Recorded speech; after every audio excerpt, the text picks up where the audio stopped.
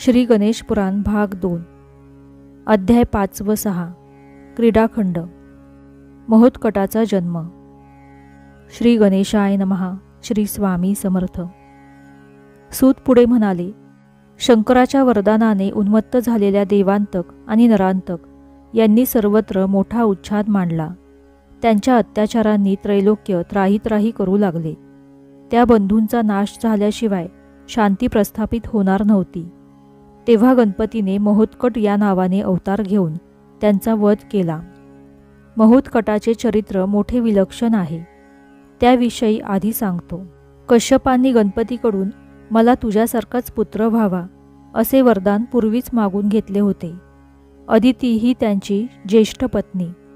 एके दिवशी ती पतीला म्हणाली, नाथ, मला इंद्रासारखे पराक्रमी पुत्र झाले, पण जगाचे आदिबीज, सर्वांचे ईश्वर, परात्पर परमात्मा अर्थात देवाधिदेव गणपती अजूनही माझ्या उदरी काय येत नाही, त्यासाठी मी काय करू? कश्यपांनी अदितीला ओम गजाननाय नमः या मंत्राचे अनुष्ठान करण्यास सांगितले। पतीच्या आज्ञेने ती अरण्यात गेली। तेथे 100 वर्षे एकोभावे आराधना केली। तिच्या तपश्चर्येने प्रसन्न झालेला गणपती तेजोरूपाने तिच्या सन्मुख प्रकट झाला। त्यामुळे अदिती घाबरली। गणपतीने तिला धीर दिला। तो म्हणाला, माते, तू ज्याची आराधना करीत आहेस तोच मी गणपती, जगाचा स्वामी, तुझ्या सन्मुख साक्षात प्रकट झालो आहे। अदिती म्हणाली, देवा, तुझे हे प्रखर रूप मला जराही सहन होत नाही, तू माझ्यासाठी सौम्य हो। तिच्या विनंतीचा मान ठेवून गणपतीने सगुण साकार रूप धारण केले। त्याला पाहून अदितीला परमानंद झाला।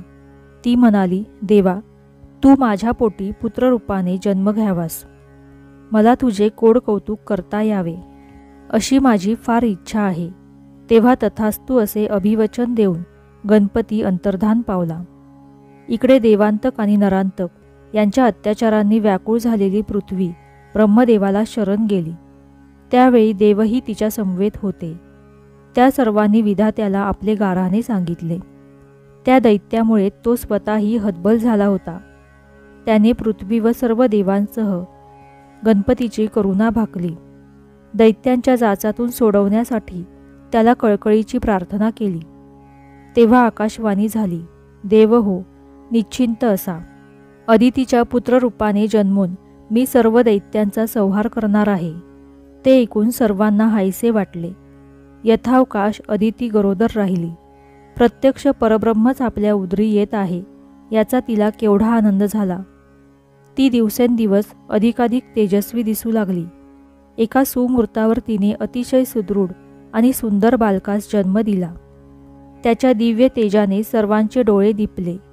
अदितीने मोठ्या कष्टाने डोळे किलकिले करून त्याच्याकडे पाहिले। तेव्हा गणपतीने तिला गजवक्र, चतुर्भुज, पाशांकुशधारी अशा स्वरूपात दर्शन दिले। तो तिला म्हणाला, माते, मी तुझ्या पुत्ररूपाने जन्मून तुला दिलेले वचन पूर्ण केले आहे।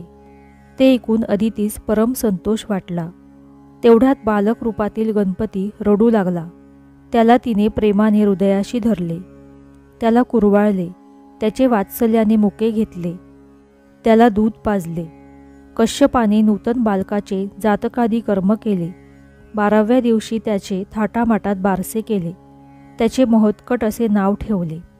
अशा रीतीने गणेश पुराण क्रीडाखंड अध्याय 5 व 6 समाप्त। श्री गणेशाय नमः। श्री स्वामी समर्थ।